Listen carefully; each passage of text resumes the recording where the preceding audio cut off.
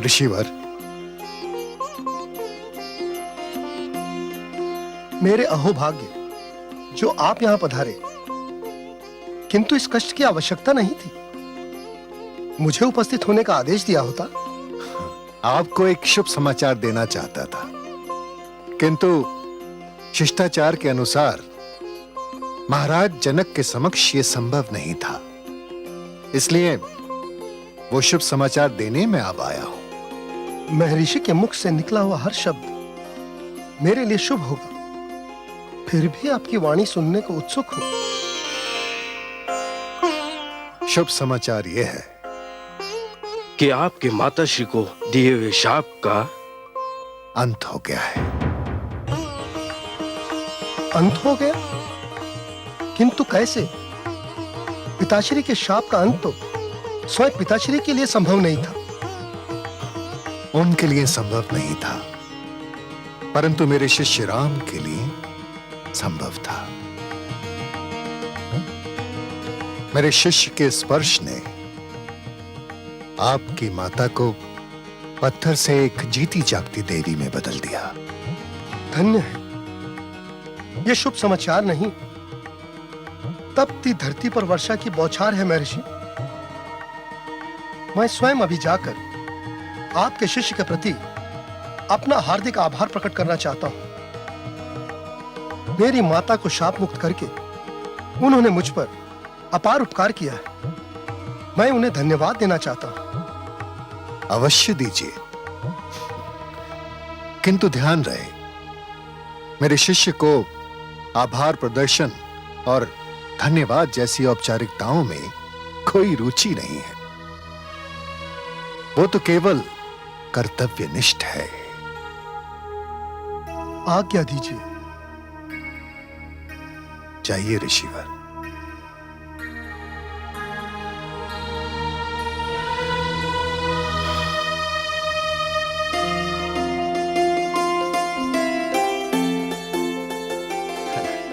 प्रणाम ऋषिवर। आयुष्मान भव। मैं राजकुमार राम के दर्शन करना चाहता हूं। अवश्य ऋषिवर, आइए।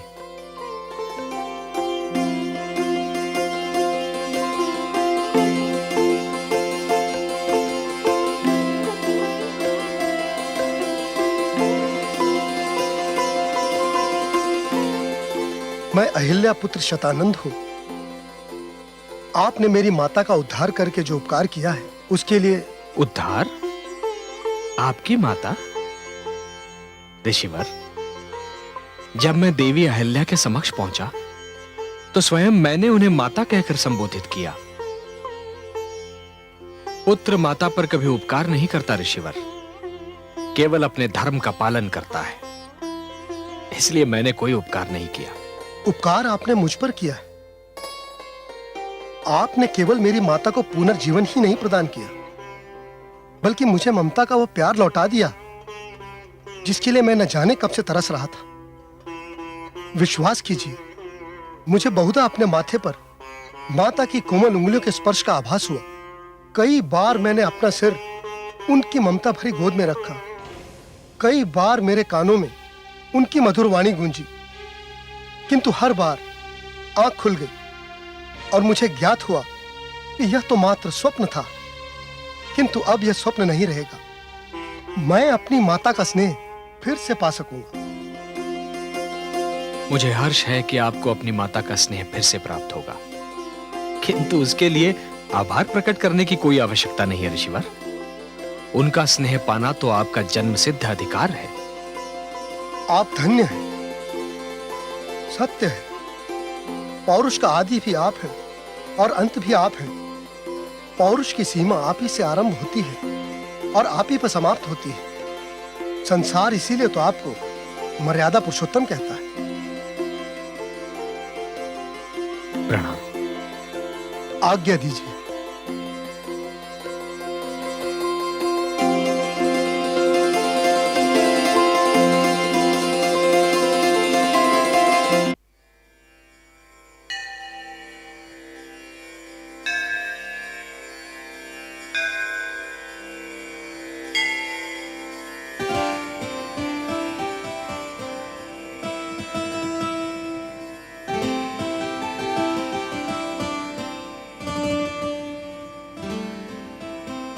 गुरुर्ब्रह्मा गुरुर्विष्णुः गुरुर्देवो महेश्वरः गुरु साक्षात परब्रह्म तस्मै श्री गुरवे नमः।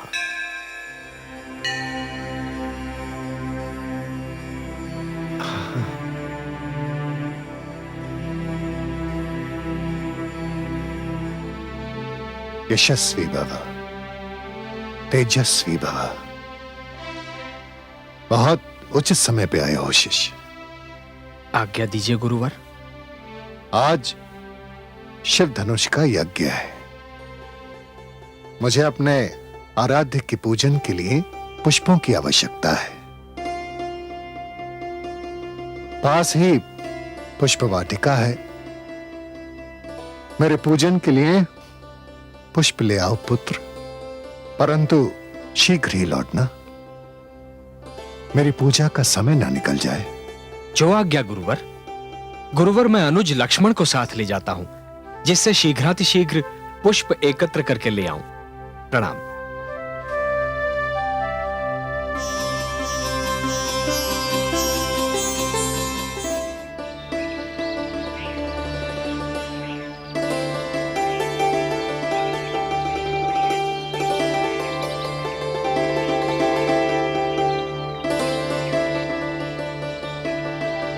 माली काका, प्रणाम। प्रणाम। हमें अपने गुरु के लिए कुछ पुष्प चाहिए। यदि आपकी अनुमति हो तो इस वाटिका से कुछ पुष्प तोड़ लें। अवश्य राजकुमार, आप जितने चाहे पुष्प तोड़ लें। धन्यवाद। पुष्प तोड़ने में मैं भी आपकी सहायता करता, किंतु मुझे जनक नंदिनी के लिए पुष्प लेकर जाना है, क्योंकि आज उनका स्वयंवर है और वे स्वयंवर से पहले गौरी पूजन करना चाहती हैं।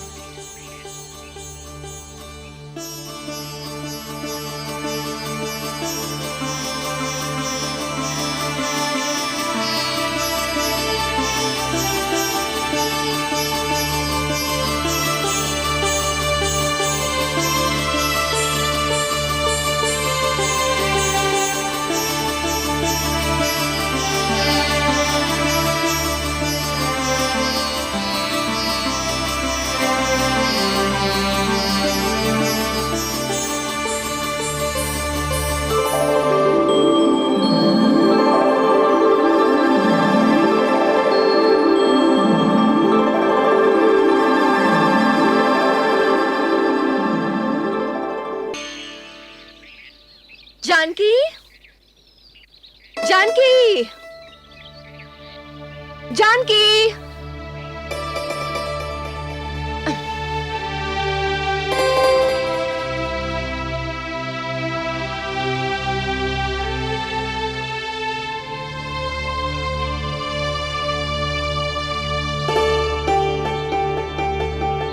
आप क्या देख रही हो राजकुमारी? कुछ नहीं।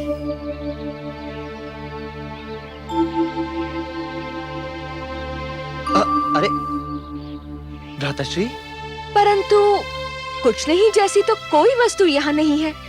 हाँ, सामने दो सुंदर पुरुष अवश्य दिखाई दे रहे हैं। क्या आप जानती हैं इन्हें? नहीं तो। ये दोनों अयोध्या नरेश दशरथ के पुत्र राम और लक्ष्मण हैं। भ्राताश्री, किसे देख रहे हैं आप? और दोनों में से तुम जिसे निहार रही थी वो है राम।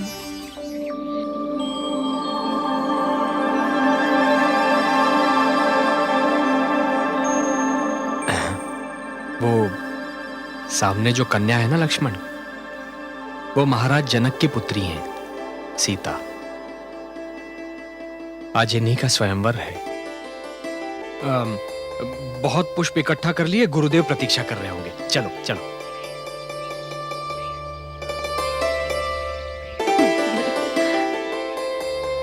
कहो तो चलकर इनसे परिचय करा दूं? नहीं, ये शिष्टाचार के विरुद्ध है और फिर पिताश्री की आज्ञा भी तो नहीं है। तू चल। चलिए ना भ्राताश्री।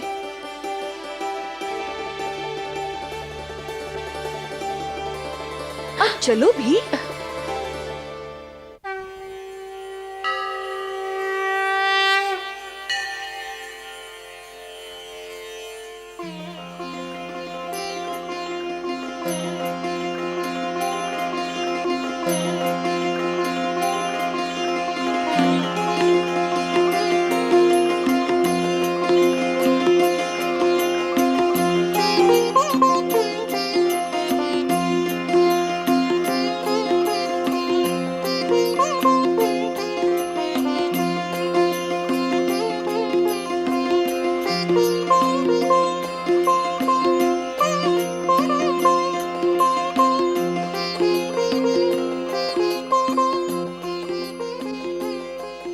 हे गौरी माँ, जिस प्रकार आंधी एक वृक्ष को झंझोर कर रख देती है, उसी प्रकार आज एक दृष्टि ने मेरे अस्तित्व को झंझोर कर रख दिया है। मेरे मन की ये दशा पहले कभी नहीं हुई थी। मेरे लिए अनुभव अकस्मात था, परंपरा के विरुद्ध था। हे गौरी माँ, आज मेरा स्वयंवर है। कहीं ऐसा ना हो कि मेरे मन पर विजय पाने वाला कोई और हो और स्वयंवर में विजय पाने वाला कोई और। हे भवानी, आज मैं लोक लाज को त्याग कर श्री राम को अपने पति के रूप में मांग रही हूं। मुझे वर दीजिए कि आज स्वयंवर में वो ही विजयी हो।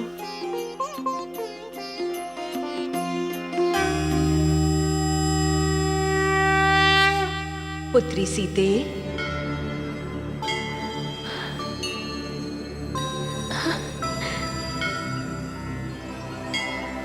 मैंने तुम्हारे हृदय की बात सुन ली है। तुम्हारी मनोकामना अवश्य पूर्ण होगी। मेरा वरदान है कि तुम्हें तुम्हारा मनचाहा वर ही प्राप्त होगा।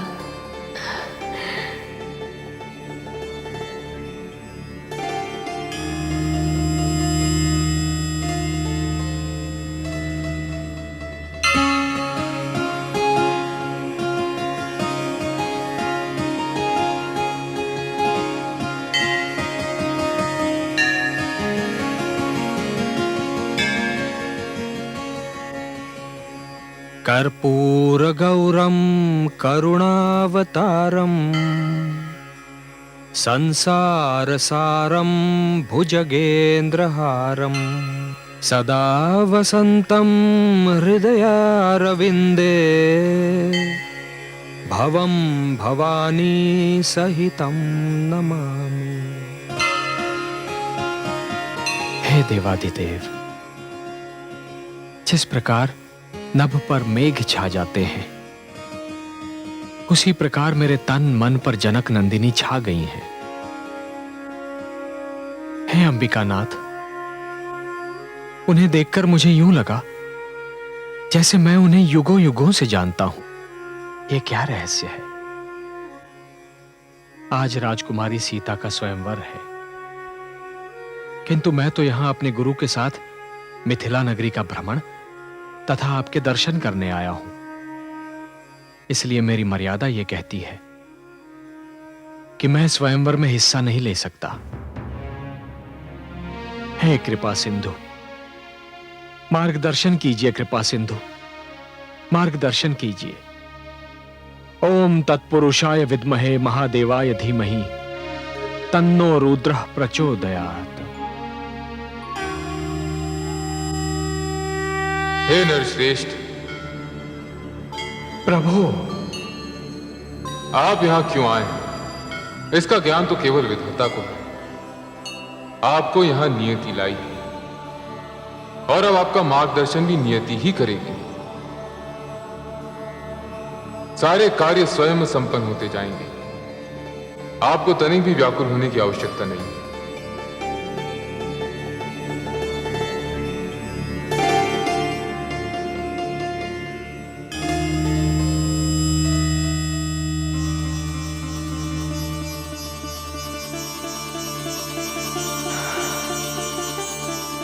प्रभु,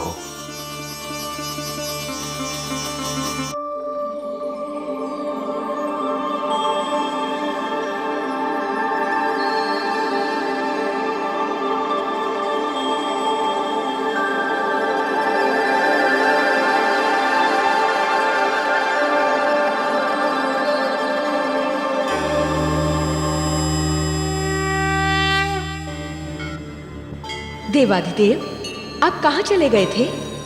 मुझे मेरे आराध्य श्री राम ने पुकारा था। आपके आराध्य? किंतु वे तो कहते हैं कि आप उनके आराध्य हैं। हम दोनों एक दूसरे के आराध्य हैं देवी। विष्णु रूप में वो मेरे आराध्य हैं, किंतु उन्होंने मानव रूप धारण किया है। इसीलिए वो मानव मर्यादा से एक पग भी भार नहीं धर सकते। और यही कारण है कि वो मुझे अपना आराध्य मानते हैं। पर उनके पुकारने का कारण क्या था स्वामी? उलझन में थे। वे जनकपुरी स्वयंवर में भाग लेने के लिए नहीं आए थे, किंतु सीता के दर्शन मात्र से वे अपना मन हार चुके हैं और अब जानकी के बिना रह नहीं सकते। विचित्र बात है, जानकी ने भी मुझसे श्री राम को वर में मांगा था और मैंने उसे वरदान दे भी दिया। आपने वरदान दे दिया है तो निस्संदेह पूरा होगा।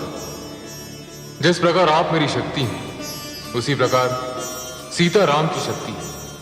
जनक दुलारी और दशरथ दुलारे का मिलाप अवश्य भावी है देवी। श्री गणेशाय नमो नमः। ओम त्र्यंबके यजामहे सुगंधि पुष्टिवर्धनम् उर्वारुकमिव बन्धनान् मृत्योर्मुक्षीमामृतात्।